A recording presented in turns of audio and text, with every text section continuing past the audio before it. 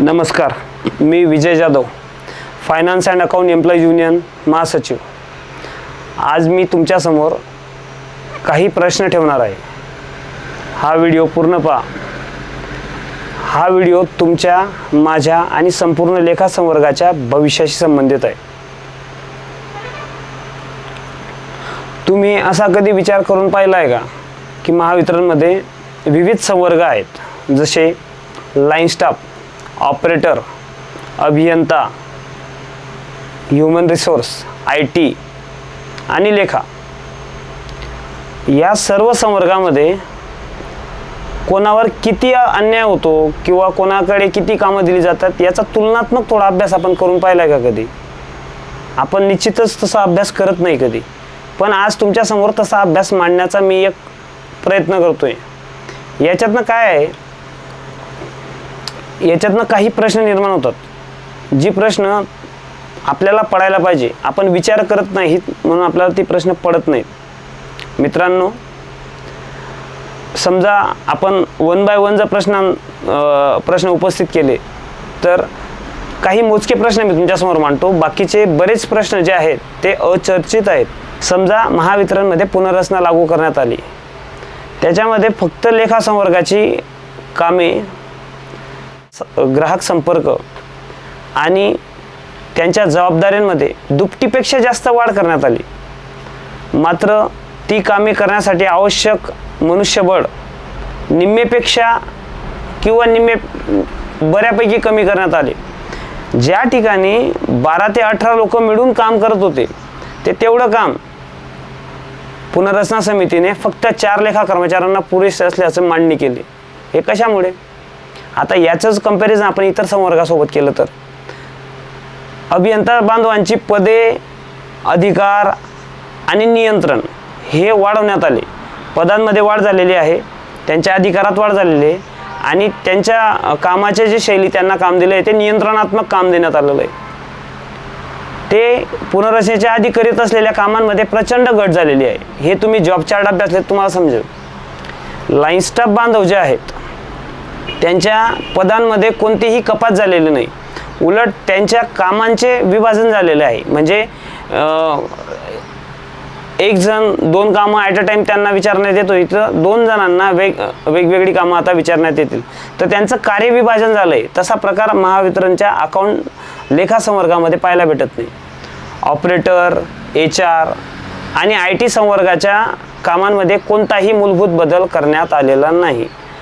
मग आता विचार करा, बाकीच्या संवर्गांसोबत पुनर्रचनेमध्ये तुलना केली तर आपल्याला एक प्रश्न पडतो, पुनर्रचनेचा मूळ उद्देश हा लेखा कर्मचाऱ्यांवर अन्याय करणे हा होता असं जरी म्हटलं तरी ते वावगं होणार नाही।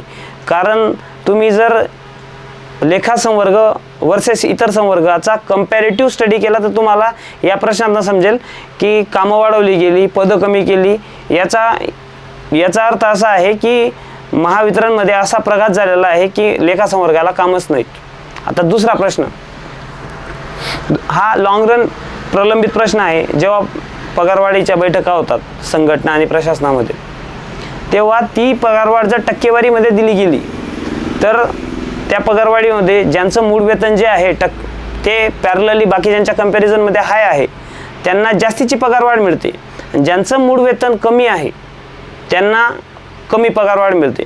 आता लेखा संवर्ग इतर संवर्गांच्या तुलनेत मूळ वेतनाच्या मध्ये जर विचार केला तर एक बेसिक ग्रॅज्युएट शैक्षणिक अर्हता प्राप्त लेखा कर्मचारी याला शिपायाच्या पॅरलल जवळपास मूळ वेतनाचे जे पे स्केल आहेत ते लागू झालेले आहेत।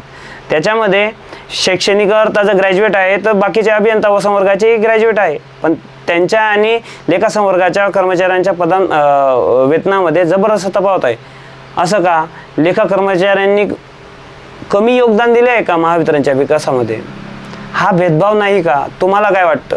माझा तिसरा प्रश्न, ऑपरेटर, लाईन स्टाफ या दोघं संवर्गातील कर्मचाऱ्यांनी मागील वेतन करारांमध्ये विशेष भत्ते मंजूर करून घेतले, जसे की ॲडव्होक अलाउन्स, काही पेट्रोल अलाउन्स असतील, जे की त्यांच्या कामानुसार त्यांना वाजवी आहे द्यायला पाहिजे, मात्र असे प्रयत्न लेखा संवर्गासाठी विशेष भत्ते त्यांच्या कामाप्रमाणे देण्याचे कोणी प्रयत्न केले का? तर तुम्ही पहा, लेखा कर्मचाऱ्यांनी बिलिंग प्रक्रिया पेन कागदावरनं कॉम्प्युटरवर शिफ्ट केली आणि ती आत्मसात केली. आपण दिवसभर संगणकासमोर बसून काम करतो. आता आय टीच्या संवर्गाला EDP नावाचा अलाउन्स लागू आहे, इलेक्ट्रॉनिक डेटा प्रोसेसिंग. त्यांना संगणक भत्ता मिळतो. मग लेखा संवर्गाला का तो भत्ता मिळत नाही? हा भेदभाव नाही का? आता याच्या बाबतीत माझं असं म्हणणं आहे, याच्या बाबतीत मांडणीच करत नाही. ताकदीने कोणती संघटना आतापर्यंत उभी राहिली का? Finance and account employees union तर आताची संघटना आहे. हा अन्याय, हा भेदभाव म्हणजे एकाला दिलं जातं दुसऱ्याला दिलं जात नाही. कंपॅरिझन करूच नका, असं का? जर संविधान सगळ्यांना समानता शिकवते, जर इक्वल काम असेल, कामाच्या पद्धती इक्वल असतील तर इक्वल पगार भेटायला पाहिजे. का नाही? इक्वल भत्ते भेटायला पाहिजे. का नाही? हा भेदभाव होतो, हा अन्याय होतो. माझा चौथा प्रश्न, महावितरणमध्ये लाईनमन दिवस साजरा केला जातो. त्याच्यात लाईन स्टाफ आणि ऑपरेटर्स बांधवांचा गुणगौरव केला जातो. या वर्षीपासून विशेष अभियंता दिवस साजरा केला जाणार आहे. त्याच्यामध्ये आपल्या अभियंता बांधवांचा त्यांच्या कामाची दखल घेऊन त्यांचा गुणगौरव केला जाईल. मग महावितरणमध्ये महसूल, बिलिंग, लेखा परीक्षण आणि महावितरणची आर्थिक शिस्त सांभाळणाऱ्या लेखा संवर्गासाठी लेखा दिवस का नसावा? आता मी अभियंता दिवसासाठी अभियंत्यांनी कधी आंदोलन केलं किंवा पत्र व्यवहार केला असं पाहिलं नाही. मग प्रशासनाने जर त्यांना न मागता देत असेल तर लेखा कर्मचाऱ्यांना का नाही? हा भेदभाव आहे, याचा आपण विचार केला पाहिजे. माझा पाचवा प्रश्न, नवीन भरती झालेल्या उपकेंद्र सहाय्यक, विद्युत सहाय्यक या दोघं सहाय्यक पदांना 3 वर्षाचा प्रोबेशन पिरियड लागू असतो. तो प्रोबेशन पिरियड पूर्ण झाल्यानंतर 2 अतिरिक्त वेतनवाढ दिली जातात, जेव्हा त्यांना मूळ वेतनावर ॲब्सॉर्ब केले जाते तेव्हा. तोच प्रकार अभियंत्यांना जो प्रोबेशन पिरियड असतो त्याच्यामध्ये एक विशेष तरतूद केलेली आहे. अभियंत्यांच्या कोणत्याही पदाला 1 वर्षाचा प्रोबेशन पिरियड आहे. मग मला सांगा, अभियंता बांधवांना 1 वर्ष प्रोबेशन पिरियड संपल्यानंतर ते मूळ वेतनावर ॲब्सॉर्ब केले जातात. त्याच्यामध्ये त्यांना पुढील 2 वर्ष नियमित पगारवाढ भेटते. त्यांना ते 2 वर्ष जे त्यांचं पे स्केल आहे तो भेटतो. सोबत त्या 2 वर्षाचा पुढच्या हायर काय म्हणता येईल त्याला, उच्च स्तरा GO-74 साठी जो 6 वर्षाचा कार्यकाळ असतो त्याच्यात ते 2 वर्ष कन्सिडर केले जातात. आता ह्या दोघं बाबी आपल्या कनिष्ठ सहाय्यक लेखा म्हणजे ज्युनियर असिस्टंट अकाउंट्स या पदासाठी जर विचार केला तर त्याच्यामध्ये कर्मचारी 3 वर्ष प्रोबेशन पिरियडवर असतो. त्याला कोणतीच अतिरिक्त वेतनवाढ दिली जात नाही, जी लाईन स्टाफ बांधवांना दिली जाते, ऑपरेटर्स बांधवांना दिली जाते. त्याचाच अभियंता बांधवांसोबत कंपॅरिझन केलं तर त्यांना 3 वर्षाचा प्रोबेशन पिरियड आपल्याला आहे, त्यांना 2च वर्षाचा आहे. आपल्याला सेवा ज्येष्ठतेमध्येही कोणताच लाभ मिळत नाही. त्याच्यासाठी आमचे काही बांधव खूप दिवसापासून लढा देत आहे, पण प्रशासन त्यांना चालढकल करते. मित्रांनो, तुम्ही नवीन पिढीतील लेखा कर्मचारी म्हणजे ज्युनियर असिस्टंट, उद्याचे LDC लेखा परिवार सदस्य आजचे, तुम्ही या अन्यायाचा कधी विचार केला आहे का? हा अन्याय का केला जातो? हा तुमच्यावर मोठा अन्याय आहे, याचा तुम्ही विचार करावा. 6वा प्रश्न, मागील वर्षी उपकेंद्र सहाय्यक आणि विद्युत सहाय्यक यांच्यासाठी विशेष बदली मोहीम मुख्यालयाकडून राबवण्यात आलेली होती. अशी बदली मोहीम कनिष्ठ सहाय्यक लेखा यांच्यासाठी कधीच झाली नाही. असं का? त्यांना बदलीची गरज नव्हती का? चालू वर्षी मुख्यालयाने कनिष्ठ सहाय्यक लेखाच्या अगदी मोजक्या बोटावर मोजण्या एवढ्या बदल्या केल्या. हा अन्याय कशासाठी? संवर्गामध्ये अन्याय कशासाठी केला जातो?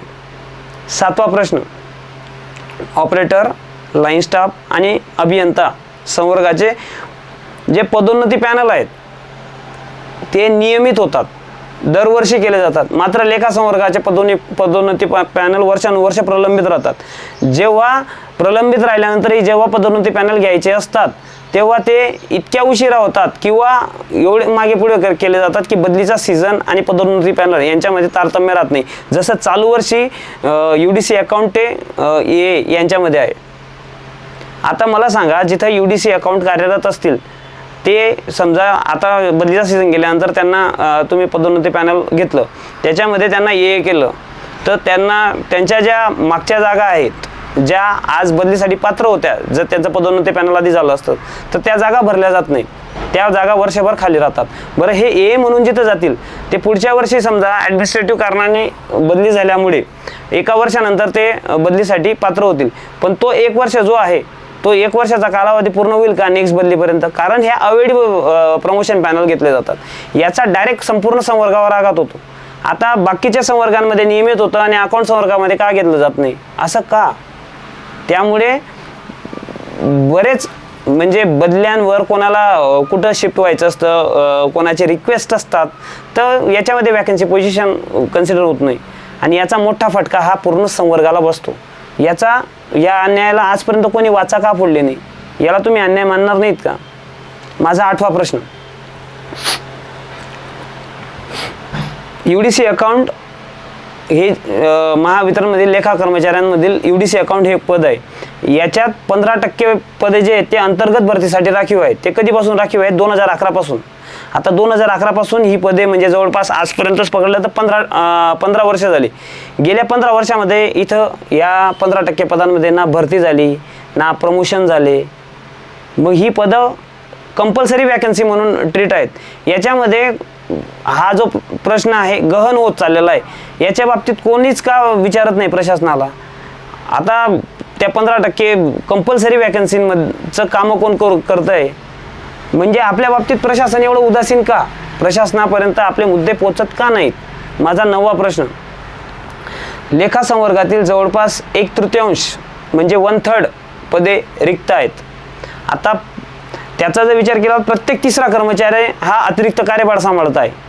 त्या अतिरिक्त कार्यभाराच्या ओझ्यामुळे तो रात्री उशिरापर्यंत काम करतो, सुट्टीच्या दिवशी कार्यालयात येऊन काम करतो, त्याचा कोणताच अतिरिक्त भत्ता भेटत नाही आणि त्याच्यावर हा संस्थात्मक होणारा अन्याय कंटिन्यूअस चालू आहे.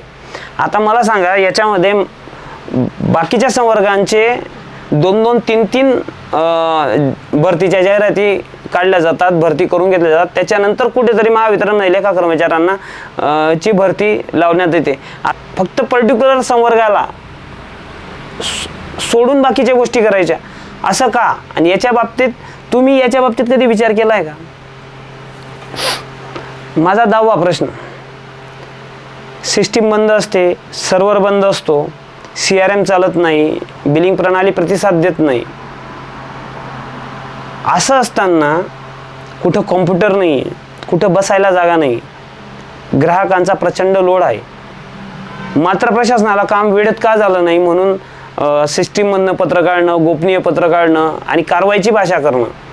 आता हा जो आहे, एका साईडला तुम्हाला कामाचे साधनं पुरवली जाणार नाहीत, दुसरे तुम्हाला कामाचे साधनं दिले असतील तर प्रणाली काम करणार नाही, आणि असं असेल तरी प्रशासन हे म्हणणार नाही की आमच्यामुळे हा स्लगिशनेस निर्माण झाला, तर त्याला प्रशासन कारवाईची भाषा वापरतं. मग याला तुम्ही अन्याय नाही म्हणणार का?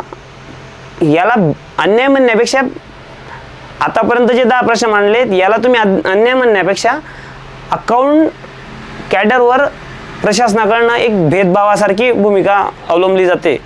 आता याची कारणं जी असतील ती वेगवेगळी आपण पुढे पाहू. आता माझा 11वा प्रश्न आहे,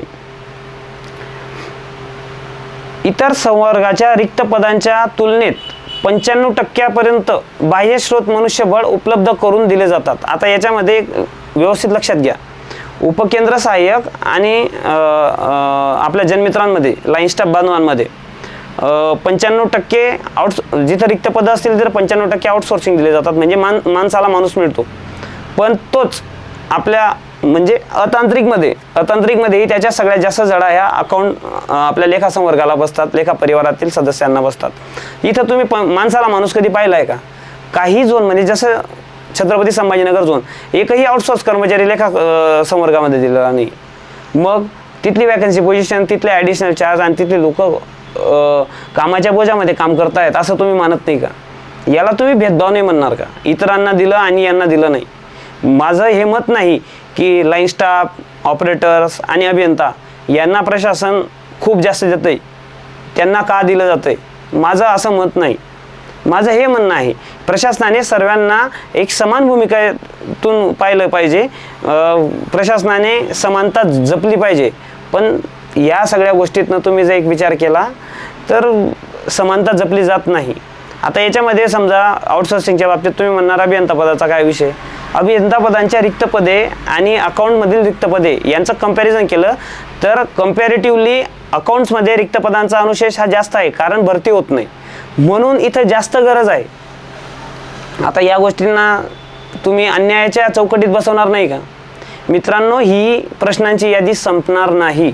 असे तुम्ही विचार केले तर असे अनेक प्रश्न तुम्हाला दिसतील, पण तुम्ही या बाबतीत विचार करत नाही आजपर्यंत.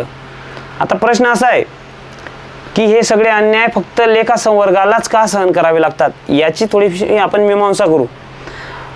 याचं जर उत्तर आपण शोधायला गेलो तर ऑपरेटर आणि लाईन स्टाफ यांचे स्वतंत्र संवर्ग संघटना आहेत काही, आणि महावितरणमध्ये काही मोजक्या समग्र संवर्ग मोठ्या प्रस्थापित संघटना आहेत, काही 2-3 संघटना समजा.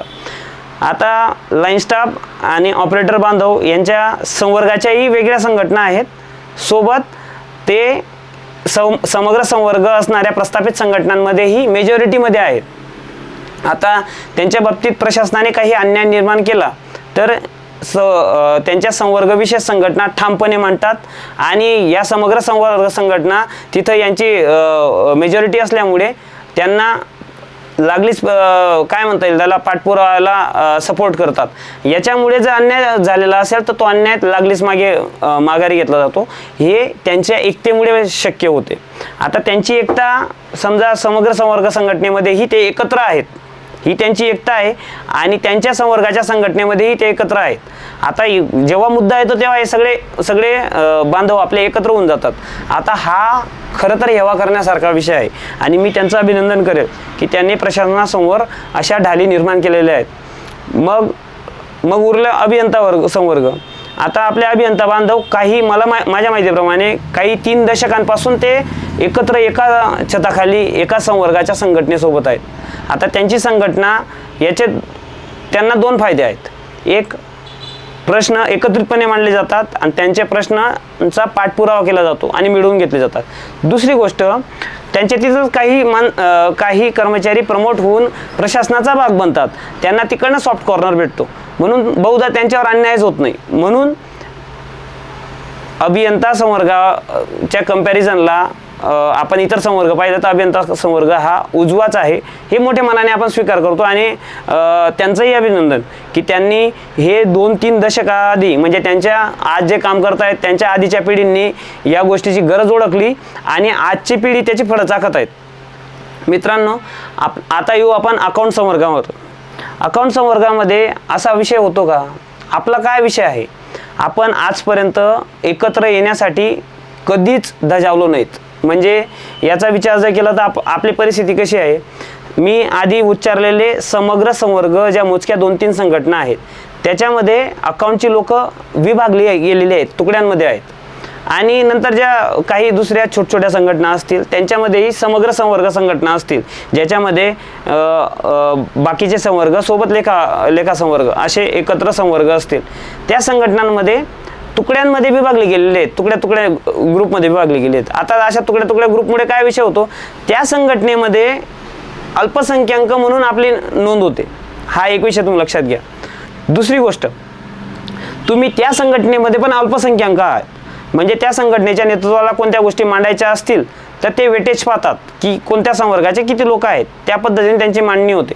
आता समजा जर पुनर्रचनेचा विचार करायचा असेल, पुनर्रचनेमध्ये जर अकाउंट संवर्गावर जास्त अन्याय झाला आहे तर अकाउंट संवर्गाच्या बाबतीत जास्त मांडायला पाहिजे. हा विषय अगदी वाजवी आहे, नैसर्गिक न्यायाचं तत्व आहे. पण त्यांना संघटना चालवायच्या आहेत, त्याच्यासाठी त्या संघटनेमध्ये मेजॉरिटी लोक कोण आहेत त्यांचे विषय आधी मांडू आणि मग नंतर हे विषय मांडू. म्हणून आजपर्यंत कोणत्याच MOM मध्ये, रिस्ट्रक्चरिंगच्या कोणत्याच MOM मध्ये त्या संघटनांच्या लेटर हेडवरनं आपले मुद्दे गेले नाही, त्यांच्या MOM मध्ये त्यांच्या चर्चेमध्ये आपले मुद्दे दिसत नाही. आले तरी तुरळक 8, 9, 10 नंबरवर त्यांचा कुठं इम्पॅक्ट होतो. हा अभ्यास फायनान्स अँड अकाउंट एम्प्लॉईज युनियनच्या इस्टॅब्लिशमेंटच्या वेळेस आम्ही केलेला होता. जर महावितरणमध्ये यश मिळवायचे असेल, महावितरणमध्ये अन्याय दूर करायचा असेल, आपल्यावर होणारा जो अन्याय आहे तो फार मोठा आहे. मी या 10-12 प्रश्नांमध्ये तो अन्याय सांगता येणार नाही, असे बरेच प्रश्न आहेत.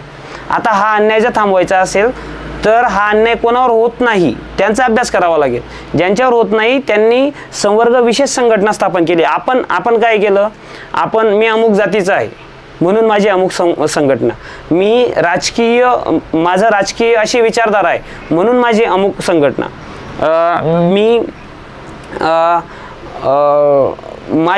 माझ्या संघटनेचं नेतृत्व जे आहे कधीतरी मला बदलीसाठी मदत करेल म्हणून माझी अमुक संघटना. अशा संघटनांमध्ये टोळ्यांमध्ये विभागलेला लेखासंवर्ग जर आपल्याला त्याच्यावर होणारा अन्यायाला एकत्रितपणे वाचा फोडायची असेल तर मी या सगळ्या संघटनांना दोष देत नाही, पण दोष त्यांना आता या घडीला याच्यासाठी द्यावा लागेल की ते मिसलीड करताय तुम्हाला. बाकी त्यांनी का मांडणी केली नाही हा विषय आपल्याला कळतो की हा सगळा क्वांटम गेम आहे. तुम्ही जिथं संख्येमध्ये जेवढे असणार तेवढ्या गोष्टींमध्ये जर संख्या तुमची अत्यल्प असेल तर तुमचे मुद्देही अत्यल्प मांडले जातील. हा विषय सर्वानुमते म्हणजे सर्वग्राही असला पाहिजे, मोठ्या मनाने तुम्ही स्वीकारही केला पाहिजे.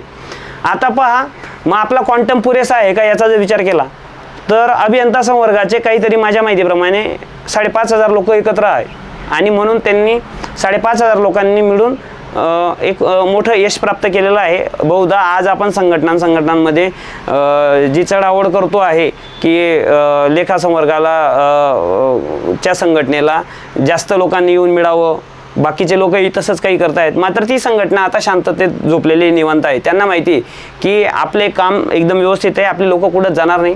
ते 5,500 लोक मिळून एकत्र येऊन जर एवढं यश संपादन करू शकत असतील तर आपलेही 4800 म्हणजे 5,000 लोकांच्या जवळपास लेखासंवर्गाचे कर्मचारी आहेत. आपण एकत्र आलो तर आपण ही त्याच वेळेने यश संपादित करू शकू, याच्यात कोणतंच दुमत नाही. मात्र हा विचार डोळसपणे केला पाहिजे. आपण फायनान्स अँड अकाउंट एम्प्लॉईज युनियनची इस्टॅब्लिशमेंट मागच्या 1 वर्षापासून झालेली आहे. आपण रिस्ट्रक्चरिंगमध्ये समग्र संघटनांना आपण आपले प्रस्ताव पाठवले, त्यांनी ते प्रस्ताव वरती मांडले नाही म्हणून आपण स्वतः हेड ऑफिसपर्यंत अप्रोच झालो. 1300 लोकांच्या सह्या घेऊन आपण प्रस्ताव पाठवले. त्यांनी ते प्रस्ताव समजून घेतले नाही किंवा त्यांना तेवढा दुजोरा दिला नाही म्हणून आपण संघटना इस्टॅब्लिश केली. संघटना इस्टॅब्लिश करून त्यांना एक वेळा, 2 वेळा, 3 वेळा एक विषय मांडत इथपर्यंत आणला की त्यांनी आता जे बदल केले त्याच्यात आपले बदल स्वीकारले. हे यश आपण संपादन करू शकलो. आता या यशाला जोड पाहिजे तुमच्या मदतीची. आपल्याकडे हे उरलेले 2 ते 3 दिवस आहेत. याच्यामध्ये मी तुम्हाला कळकळीने आवाहन करेल की finance and account employees union he choose करा. तुम्ही आजपर्यंत विखुरलेले आहात म्हणून अन्यायात आहात. हे पहा, नवीन विचार स्वीकारायला कधीच सोपा नव्हता. तुम्ही इतिहासात डोकावून पाहणार तर भगतसिंग, शहीद आझम भगतसिंग जेव्हा इंग्रजांच्या राज्यामध्ये शहीद आझम भगतसिंग जेव्हा बदल सांगत होते, त्या माध्यमातून ते वेगवेगळ्या लोकांपर्यंत पोहोचत होते, ते पत्रकं छापून वाटत होते, ते विचार पोहोचत होते. पण त्यावेळेस त्या लोकांनी तो नवीन बदल स्वीकारला असता तर आज त्या 23 वर्षाचा तरुण त्यांचा पूर्ण आयुष्य जगले असते आणि आजचा जो बहुधा मी असं म्हणेल की ते असल्यानंतर आजचा भारत, आजची लोकशाही याचं निश्चितच एक प्रबळ रूप आपल्याला पाहायला भेटलं असतं. दुसरं उदाहरण मी देईल छत्रपती शिवाजी महाराजांचं. हे पहा, मुघलांच्या राज्यामध्ये जेव्हा अन्याय होत होता तेव्हा त्यांनी स्वराज्य स्थापनेची प्रतिज्ञा केली आणि मावळ्यांना एकत्र केलं. आता मावळे त्यांच्यासोबत एकत्र आले म्हणून स्वराज्याची निर्मिती झाली. त्यावेळेस स्वकीयांनी त्यांना फार विरोध केलेला होता, तर स्वकीयांचा विरोध त्यांनी जुमानला नाही आणि ते पुढे. तर मित्रांनो, हा विषय तुम्ही समजून घ्यायचा आहे. हा नवीन बदल स्वीकारायला तुम्ही तयार नाहीत हे आम्हाला कळतं आहे, पण तुम्ही जोपर्यंत हा नवीन बदल स्वीकारत नाही तोपर्यंत तुमच्यावरचे अन्याय दूर होणार नाहीत. नाहीतर मग तुम्ही तयार राहा. तुम्ही जर हा नवीन बदल स्वीकारायला तयार नसणार, फायनान्स अँड अकाउंट एम्प्लॉईज युनियनला तुम्ही सपोर्ट करणार नाही, तर तुम्ही परभणी, तुम्ही मनमाड, तुम्ही VC मध्ये एका मोठ्या अधिकाऱ्याने केलेला अपमान, या गोष्टींसाठी तयार राहा. तुम्हाला पुनर्रचनेसारख्या बऱ्याच गोष्टी तुमच्यावर लादल्या जातील. तो आज पुनर्रचनेमध्ये 100% ग्राहक संपर्क तुमच्याकडे दिला गेला आहे. आता वेळोवेळी ग्राहक मोबाईल काढून तुमच्यावर हावी होतो, तुमचं कॅरेक्टर असेसिनेशन करतो. तर अशा पद्धतीनं जर तुम्ही एकत्र येण्याची प्लॅनिंग करणार नाही तर तुम्ही तुमच्यावर अन्याय करणाऱ्यांच्या प्लॅनिंगचा भाग बनणार आहात, याचा तुम्ही विचार करा. एवढे बोलून मी माझे 2 शब्द संपवतो. धन्यवाद. मला असं वाटतं की तुम्ही या 2-3 दिवसात या गोष्टीचा विचार करावा आणि फायनान्स अँड अकाउंट एम्प्लॉईज युनियनला एम्प्लॉई पोर्टलमध्ये सिलेक्ट करून एक लेखा संवर्गाची प्रबळ संघटना म्हणून पुढे आणाल आणि तुमचा आवाज प्रशासनापर्यंत ठामपणे पोचवणाऱ्यांची ढाल बनणार, त्यांची ताकद बनणार. आणि जो इतिहास आपण करतोय त्या इतिहासाचे भाग बना. इतिहास फक्त घडताना पाहू नका, एक डोळा झाकलेला एक डोळा उघडा, ही भूमिका कुठपर्यंत तुमची चालणार आहे याचा तुम्ही विचार केला पाहिजे. धन्यवाद.